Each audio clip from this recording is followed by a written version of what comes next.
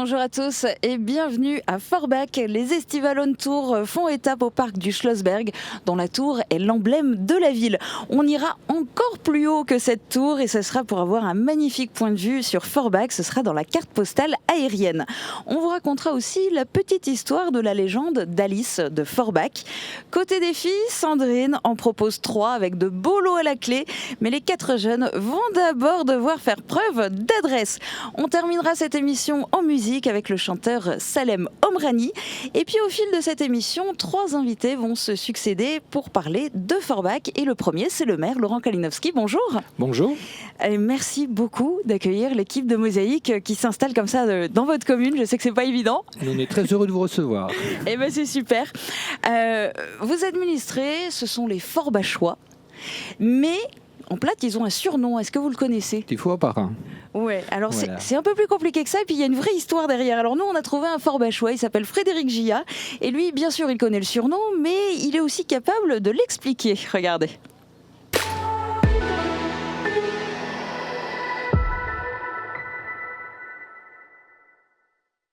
Alors à la surprise générale, on va les appeler les Fuopara Ekechtea. Alors pourquoi ? Alors si on prend le plan du vieux Forbach, donc le château étant là-haut, on va avoir un dédale, c'est un vrai labyrinthe de maisons, de ruelles, plus personne ne se retrouve. Et que vont faire les hommes ? Les hommes, ils vont se mettre dans les coins et pour parler, pour faire la causette, puisque bon, ils vont s'ennuyer un peu. Probablement que les dames ils vont rester ils vont les mettre à la porte, puisqu'il va falloir faire les ménages. Et puis donc ils vont se réunir, se retrouver au coin d'une petite guessieu, d'un petit coin, à l'abri aussi de certains regards, peut-être pour fumer leur pipe, ou pour faire peut-être de beaux yeux à une jolie dame, peut-être, sait-on jamais. Laurent Kalinowski, aujourd'hui, Forbach n'est plus du tout un labyrinthe de petites ruelles. C'est devenu une ville attractive. C'est une ville attractive de plus de 22 000 habitants, 3e ville du département. Et parce que vous en gagnez. Et on gagne, voilà. Et je rajoute 3e chiffre d'affaires commercial de la Moselle, ce qui est moins connu. Et donc une ville qui a aussi un environnement qui est agréable. D'ailleurs ici le Schlossberg, c'est un peu le joyau du cœur de ville, un espace vert, très verdoyant, avec à côté un stade qui est reconnu pour être un stade très joli, très opérationnel, que nous avons rénové complètement ces dernières années. Et donc effectivement, c'est une ville centre d'agglomération. L'agglomération de Forbach, qui compte, elle, par contre, près de 80 000 habitants. Agglomération donc, dont vous êtes aussi le président. Que ce soit Forbach ou au niveau de la communauté d'agglomération, ici, le transfrontalier, ce n'est pas un vain mot. Le transfrontalier, pour nous, il est essentiel. On fait partie de l'Eurodistrict. D'ailleurs, concernant la Moselle-Est, nous sommes complémentaires avec Sarreguemines. Ce sont les 2 villes qui aujourd'hui représentent avec force la Moselle-Est et qui s'inscrivent justement dans cet aspect transfrontalier. Et là, nous sommes complètement complémentaires au niveau de ce territoire. Et c'est avec cette réunion des 2 forces que nous pouvons effectivement conduire une politique transfrontalière importante. Nous faisons partie de l'Eurodistrict, Sarre-Moselle, qui à lui seul représente près de 700 000 habitants. Et c'est la construction d'un bassin de vie qui est nécessaire, d'un bassin d'emploi, d'un bassin culturel, puisque nous attachons aussi beaucoup d'importance à notre passé et à notre passé culturel commun de tout cet espace élargi par rapport à notre langue régionale, puisqu'on parlait à l'instant de Fuopara, et bien nous sommes aussi, on parle aussi du Platt. Généralement, je disais la chose suivante: wir schwätzen Platt und die Sarregueminer, die reden Platt, aber die Hauptsache ist, wir verstehen uns. Vous voyez un peu, généralement, ce que nous essayons de définir dans ce territoire. Oui. Et puis du coup, si on revient à Forbach, vous le disiez, ici on est au parc du Schlossberg, il y a juste à côté le stade qui accueille d'ailleurs l'un des plus grands meetings d'athlétisme de France.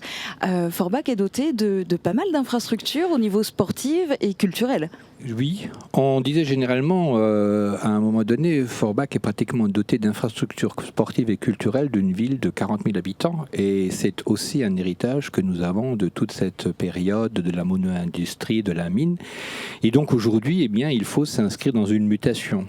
On conserve ce dynamisme important en termes sportifs et culturels, mais il faut aussi que nous redéfinissons un nouvel avenir et qui est justement celui de Forbach ville ville-centre dans cet espace transfrontalier, puisque nous avons aussi beaucoup de contacts avec les Allemands, avec la ville de Saarbrück. Nous avons également notre ville de Völklingen avec laquelle nous sommes jumelés et où on travaille ensemble, particulièrement dans l'aspect culturel, parce que nous partons du principe, et je pars un peu de ce principe, que la première rencontre pour construire quelque chose, c'est effectivement le lien culturel. Alors il faut innover, il faut continuer à aller de l'avant. Quels sont les projets à Forbach ? Les projets sont nombreux. Les projets sont nombreux puisque, je disais à l'instant, nous avons un héritage d'une ville qui a été construite dans le cadre de la mono-industrie. On n'a plus les Eckesteher, comme c'était dit dans le reportage, mais nous aurions bien aimé conserver quelques petits Ecke dans Forbach, ce qui aurait ajouté à notre ville aujourd'hui un petit patrimoine historique, et on sait avec quelle joie on aime flâner dans les petites zones piétonnes de villes anciennes. Ceci n'est pas le cas, et bien aujourd'hui nous repensons notre ville.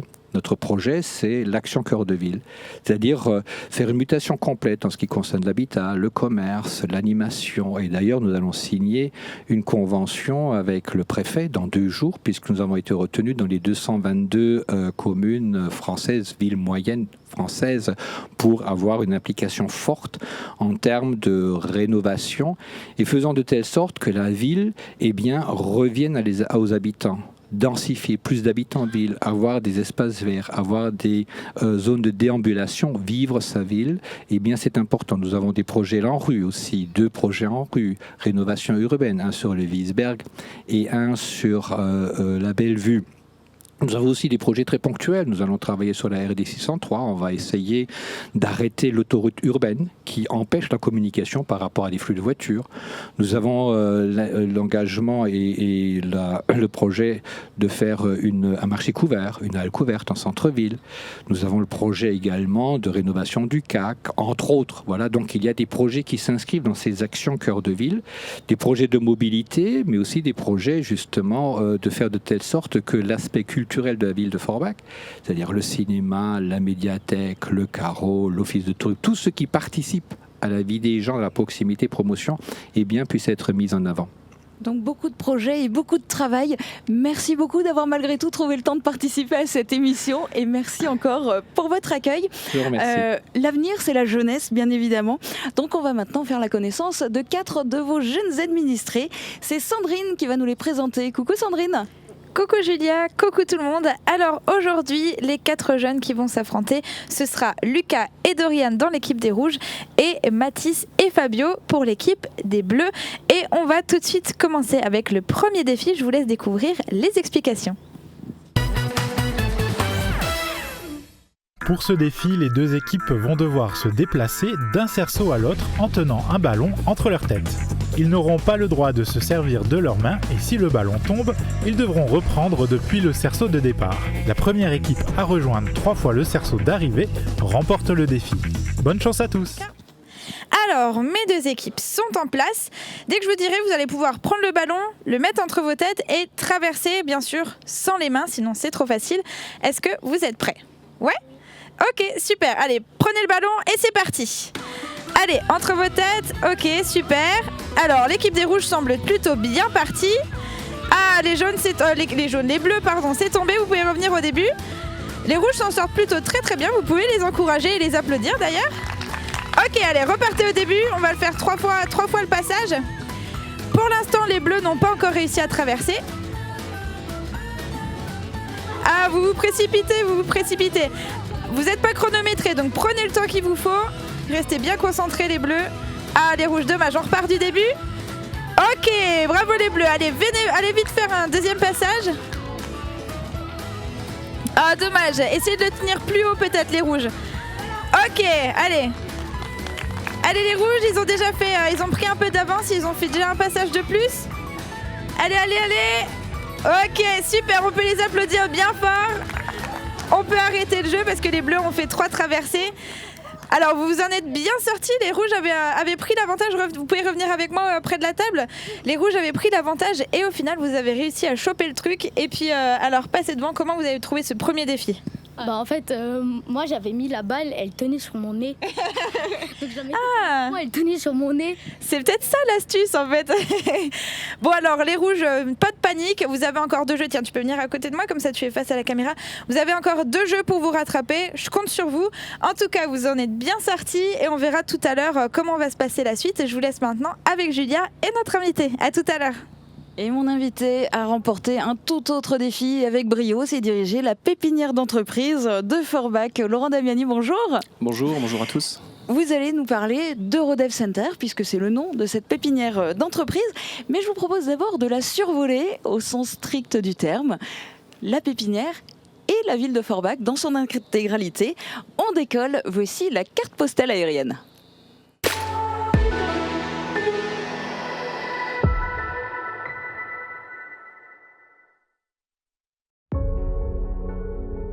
Bienvenue à Forbach, capitale de Moselle-Est. La commune d'un peu plus de 22 000 habitants est la 3e ville du département. Blottie dans la région naturelle du Warnt, au cœur d'une région transfrontalière de plus d'1 million d'habitants, la ville est un carrefour incontournable. Riche d'une histoire de près de 10 siècles, les vestiges du passé sont nombreux, comme l'emblématique tour du Schlossberg, construite en 1891 sur les ruines du château médiéval, et le Burghof.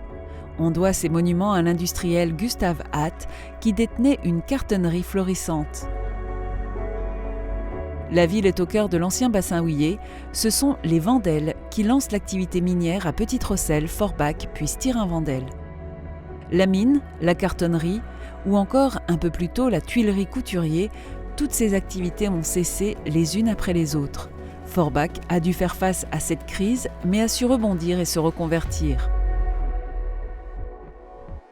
Sa situation géographique et son accès facile attirent les entreprises.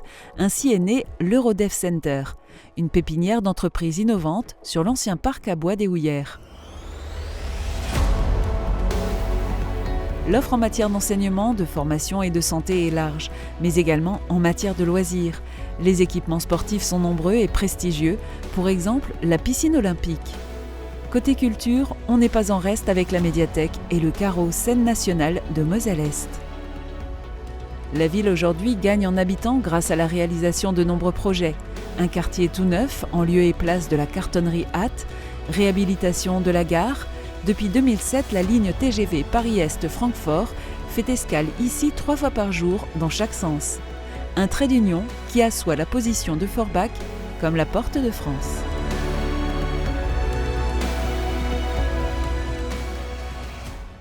Laurent Damiani, j'ai envie de commencer cette interview en vous souhaitant un bon anniversaire, puisqu'en fait Eurodev Center vient tout juste de fêter ses 10 ans.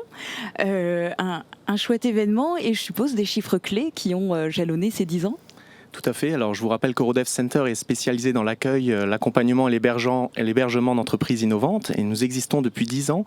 Et quand on prend du recul, car quand on accompagne les entrepreneurs tous les jours, on est dans le Tagesgeschäft, comme on dit en allemand. Quand on prend du recul, on a accueilli plus de 600 porteurs de projets. On a sensibilisé 500 étudiants est-mosellans à la création d'entreprises. Et on a accompagné et hébergé une quarantaine d'entreprises, ce qui a représenté environ 200 emplois, sans oublier toutes les séries d'animations que nous organisons. Nous en avons fait plus d'une centaine, nous en faisons une quinzaine par an. C'est un métier formidable et accompagner l'entrepreneuriat aujourd'hui, c'est vraiment, il faut transformer cette peur qu'on peut avoir parfois en adrénaline. Alors, accompagner l'entrepreneuriat, la mission principale, c'est d'attirer des entreprises quand même en premier lieu. Tout à fait, il faut détecter les projets. Parfois, on a un projet, mais on n'ose pas trop le présenter. Il faut être un bon commercial. On peut avoir le plus beau projet du monde. Si on n'arrive pas à le vendre avec ses tripes, entre guillemets, on y arrivera moins qu'un projet, on va dire, qui est meilleur sur le papier, mais qu'on n'arrivera pas à promouvoir. Il faut aller voir nos jeunes. Nos jeunes sont passionnants. On a beaucoup de main-d'œuvre à ce niveau-là en Moselle-Est et de qualité. Et parfois, le déclic psychologique est vraiment très ténu et il ne manque pas grand-chose pour accompagner ces jeunes entrepreneurs, sachant que quand on passe par une pépinière d'entreprise, on augmente le taux de pérennisation de l'activité. Il passe en effet de 50% à 70% après 5 ans. Ok. Tout autre aspect, on parlait tout à l'heure avec le maire du transfrontalier, aussi bien au niveau de la ville de Forbach que de la communauté d'agglomération, Forbach Porte de France. dont dépend d'ailleurs Eurodev Center. Ce n'est pas que Forbach, c'est la communauté d'agglo, et avec là aussi un aspect transfrontalier important. Tout à fait. Nous avons en permanence, je dirais, sur le site 25 entreprises, dont un tiers d'origine germanique. Nous répondons aux besoins des entrepreneurs à la fois financiers, mais également en termes de formation. Et effectivement, nous avons par exemple une société qui s'appelle Formation Sarlor, qui fait de la formation technique franco-allemande. Nous avons également un pôle de formation transfrontalier via un partenariat entre le CNAM et la Hochschule für Technik und Wirtschaft de Saarbrück. Et nous-mêmes, en tant que pépinière, nous avons des partenariats avec les pépinières d'entreprises de la Sarre. Et comment se profile la suite? Quels sont les projets? Écoutez, la suite, c'est un métier passionnant. Les 10 ans sont passés à une telle vitesse. Accompagner les entrepreneurs tous les jours, il n'y a aucun jour monotone. Il y a des projets, chaque jour, il y a des nouveaux projets qui naissent et surtout, on répond à leurs besoins. C'est pour ça qu'en termes d'animation, on continuera à se battre pour ce beau territoire qu'est Forbach, car vraiment, c'est un territoire qui mérite qu'on s'y intéresse. Et je terminerai en disant qu'on a le défaut d'une qualité. On est modeste, bosseurs, travailleurs, mais on devrait être encore tous un peu plus des ambassadeurs de notre beau territoire. Et sur le territoire, vous pouvez encore accueillir des entreprises? Tout à fait. Nous avons également actuellement, nous sommes dans un cycle, nous avons 4-5 entreprises qui s'installent sur le territoire de la communauté d'agglomération. Et c'est vraiment le rôle d'une pépinière ou d'un hôtel d'entreprise, également sur le Technopole.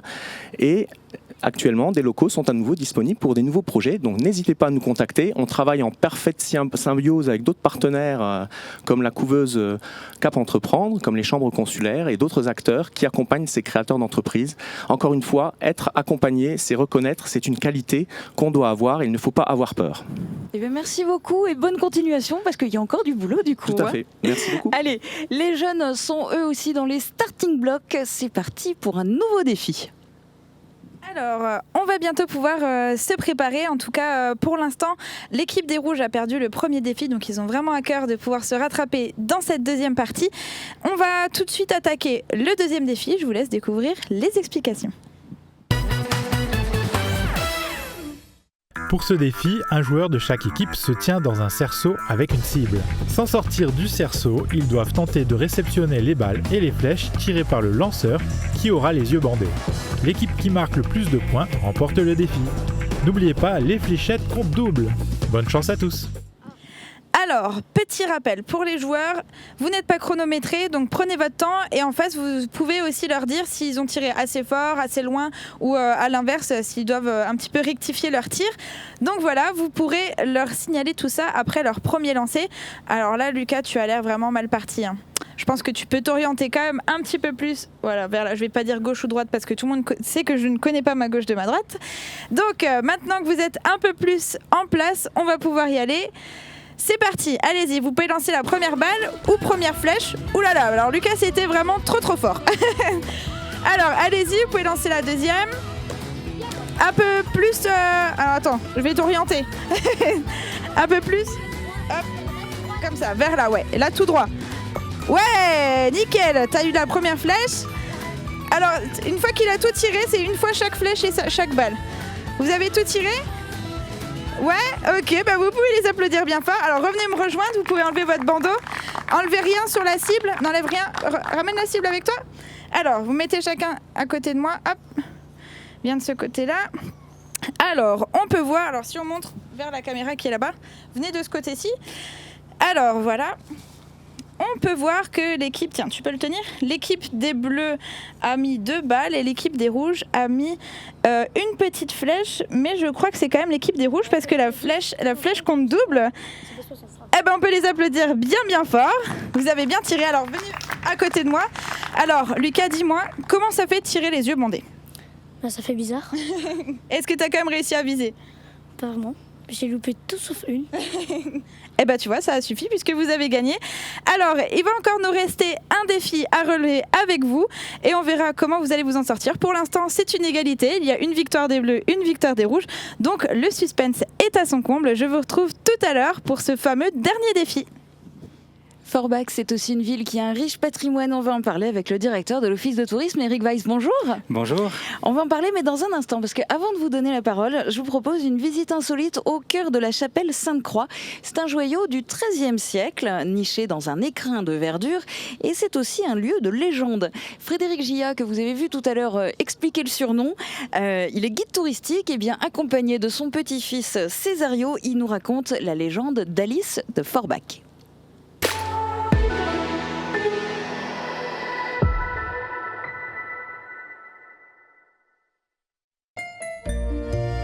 C'est le nom de cette colline, le Kreuzberg, qui a donné son nom à la chapelle Sainte-Croix.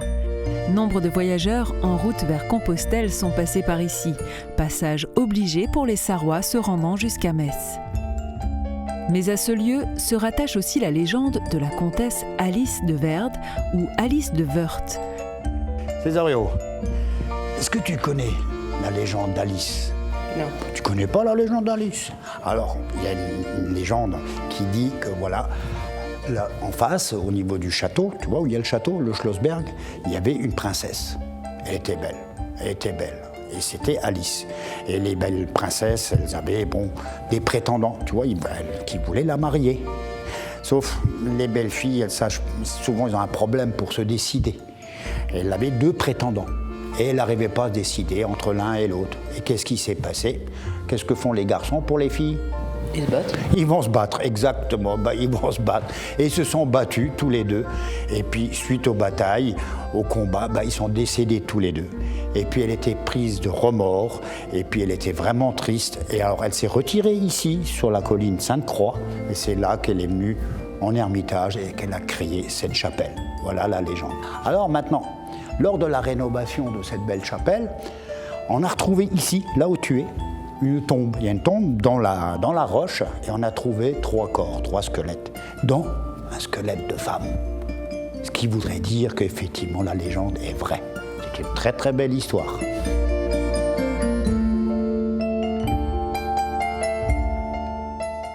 Et ça fait partie des nombreuses histoires à découvrir à Forbach. Eric Weiss, d'un point de vue touristique, quels sont les points forts de Forbach ? Alors on vient de voir la chapelle Sainte-Croix, effectivement, qui est le joyau gothique de Forbach et qui est d'ailleurs situé sur un très joli rocher. Quand on fait le tour de la chapelle, on a vu l'intérieur qui est magnifique, mais l'extérieur est tout aussi joli parce qu'on y trouve vraiment toute une histoire particulière. Et comme l'a rappelé Frédéric Gillat dans le reportage, et comme vous l'avez signalé, elle est sur le chemin de Saint-Jacques-de-Compostelle, l'une des portes d'entrée pour tous les pèlerins d'Europe de l'Est qui viennent visiter cette chapelle pour aller ensuite poursuivre leur route vers Saint-Jacques, puisqu'on peut même y faire tamponner son crédentiel avec un petit tampon qui donne le souvenir de son passage à Forbach. Et cette chapelle, elle est liée à l'autre et au principal joyau touristique de Forbach, qui est le parc du Schlossberg et son château, puisque Alice, avant de se retirer dans cette belle chapelle, elle a vécu ici dans ce château du Moyen-Âge. On voit toujours cette tour de loin, puisqu'elle domine véritablement la vallée et c'est le symbole de la ville. Mais la tour, c'est une partie du château médiéval qui a été détruit durant les différents conflits et que l'on voit encore aujourd'hui en partie, puisqu'on a encore des bastions, on a encore des pavages, on a encore le début du donjon et cette magnifique tour qui a été reconstruite à la fin du 19e siècle et qui offre le seul panorama à 360 degrés de toute la région. Quand on monte en haut de la tour qui fait 28 mètres et 118 marches, donc c'est pour les plus courageux, mais j'invite vraiment à monter en haut de la tour, on a un panorama exceptionnel sur la vallée de Forbach, sur le plateau lorrain et surtout sur notre région frontalière. On parlait tout à l'heure de transfrontalier, on voit toute la vallée de la Sarre, Sarrebruck et ses alentours. Et le panorama est époustouflant. Et c'est toute l'histoire médiévale de Forbach, puisque le château était le point culminant, mais on avait également un bourg médiéval. On a parlé tout à l'heure avec monsieur le maire des transformations de la ville d'après-guerre avec l'industrie, mais on a encore de nombreux vestiges dans la ville, des anciennes fortifications, des remparts du Moyen-Âge, la tour Hubert qui est un vestige de ces remparts, mais également quelques parties qui ont été englobées dans les habitations et dans un parcours très agréable en ville où l'on peut découvrir ces joyaux. J'ai tendance à dire que le parcours en ville vaut vraiment le détour parce qu'on a toujours l'impression que l'histoire de Forbach s'est faite avec les houillères, avec le charbon, mais l'histoire c'est aussi l'histoire des grandes familles industrielles du 19e avec les Hatt et les couturiers qui ont façonné le centre-ville avec de magnifiques demeures. Le château Hatt, puisque nous n'avons pas qu'un seul château à Forbach, on a le château Hatt qui va devenir le conservatoire de musique, qui est l'ancienne demeure des Hâtes à Forbach, et également le château Barabino, qui est le siège de l'office de tourisme, qui est un bâtiment qui date du 18e et qui était le siège de la comtesse Marianne, grande figure forbachoise, et qui se visite aujourd'hui puisque c'est le siège de l'office de tourisme. Voilà, donc pour découvrir tout ça, de toute façon, on commence par le château Barabino pour venir à l'office de tourisme et récupérer toutes les infos et savoir exactement où aller. D'autant qu'il n'y a pas seulement ce qui se visite, il y a aussi les lieux dans lesquels il y a des animations, et notamment ici le parc du Schlossberg.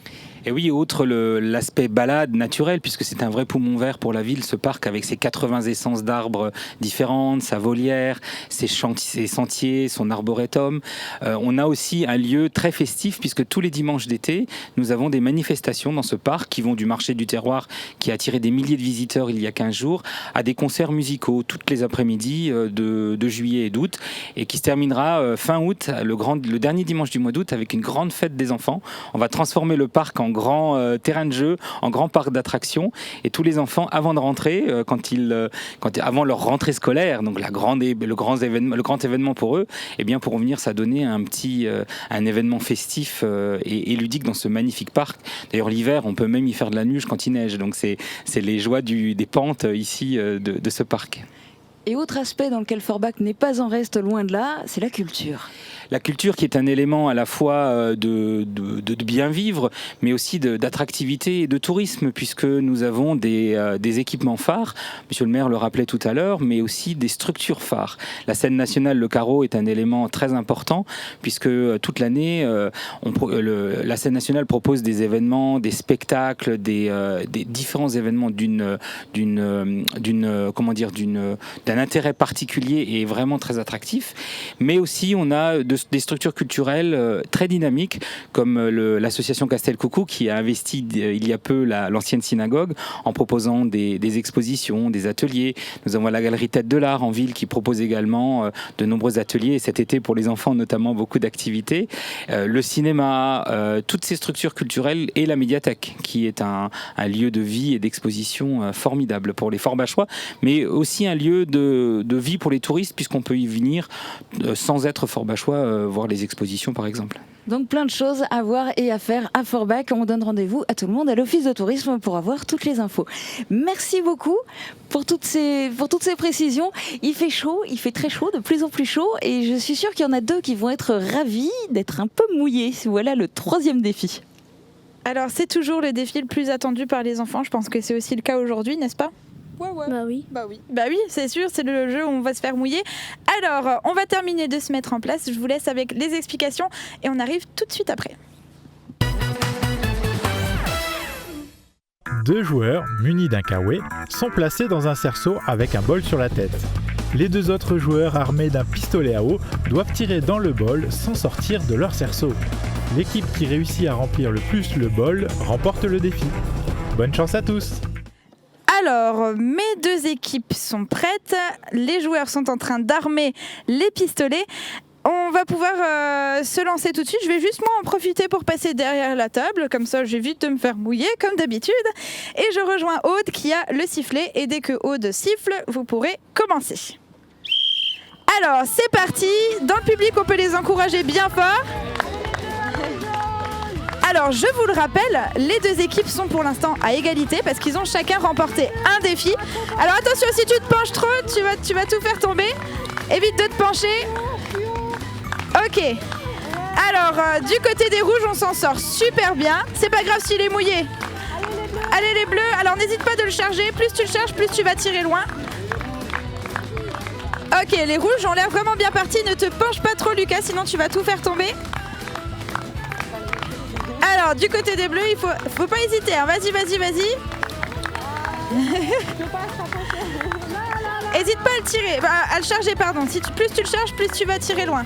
Vas-y. Ok, maintenant tire. Voilà. Faut le mouiller un petit peu. Hein. Alors, il reste 5 secondes. On peut faire un décompte dans le public. 5, 4, 3, 2, 1...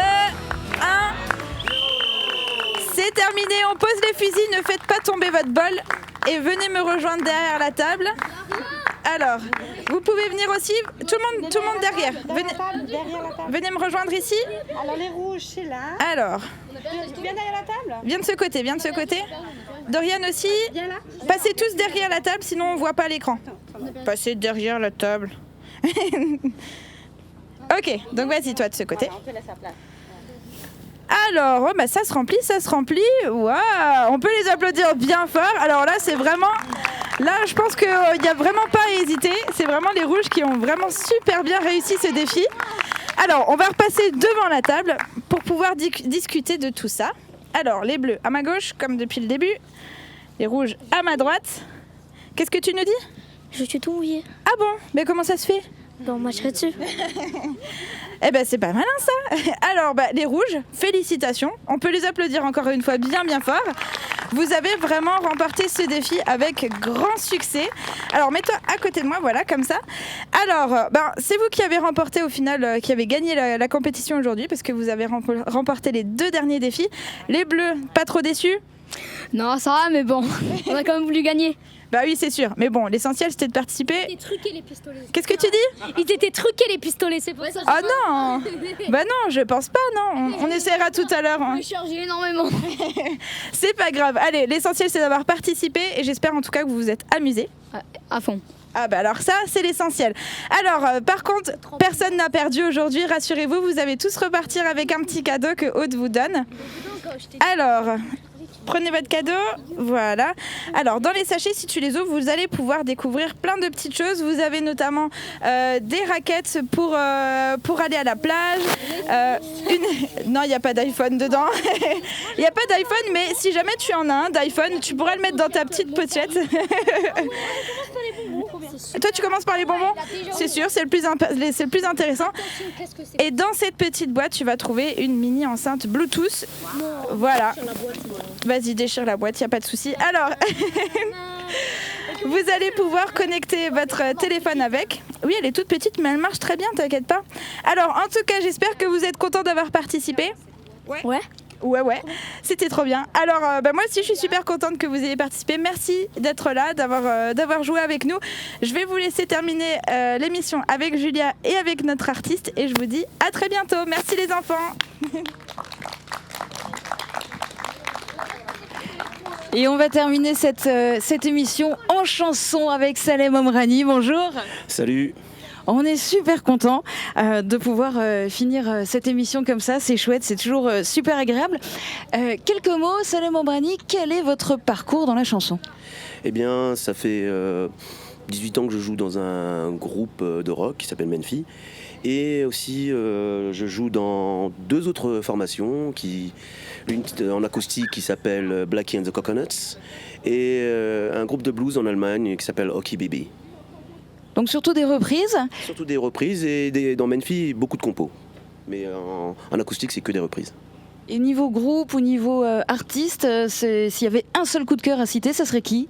Un seul groupe, je dirais le groupe Dépêche Mode, qui n'a rien à voir avec l'acoustique, mais c'est mon groupe préféré. J'ai toujours adoré ce groupe-là. Voilà. Alors d'habitude, vous êtes dans des groupes. Cette fois-ci, on a la chance de vous avoir en solo. Ça va être pour interpréter quelle chanson ?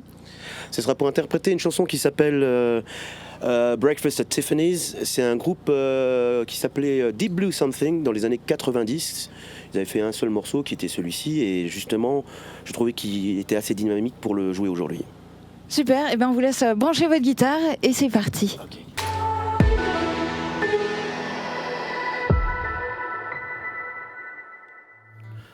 Yeah.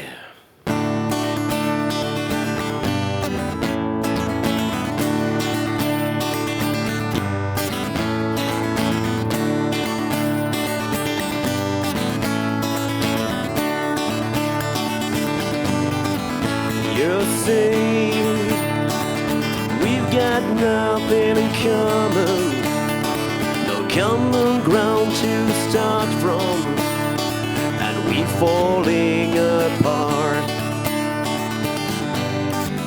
You see, the world has come between us, our lives have come between us. So I know you just don't care. When I say what about breakfast at Tiffany. She said, I think I remember the film right as I recall. I think we both kinda liked it. And I said, well, that's the one thing we've got.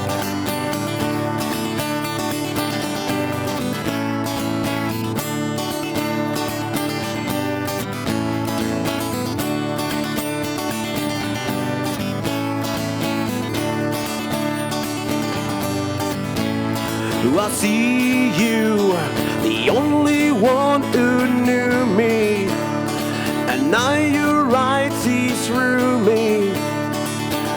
I guess I was wrong. So I know it's plain to see we're over, and I hate when things are over with so much left undone.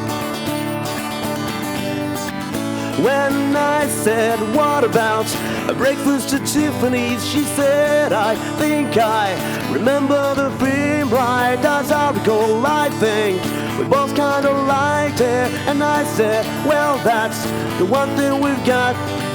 You'll see that we have nothing in common, no common ground to start from, and we falling apart.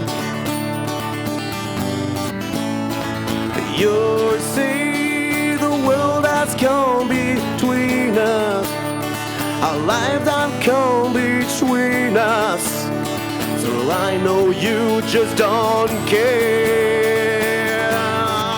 When I said, what about a breakfast at Tiffany? She said, I think I remember the film right as I recall. I think we both kinda liked it. And I said, well, that's the one thing we've got. I said, what about a breakfast at Tiffany? She said, I think I remember the film right as I recall. I think we both kinda liked it. And I said, well, that's the one thing we've got.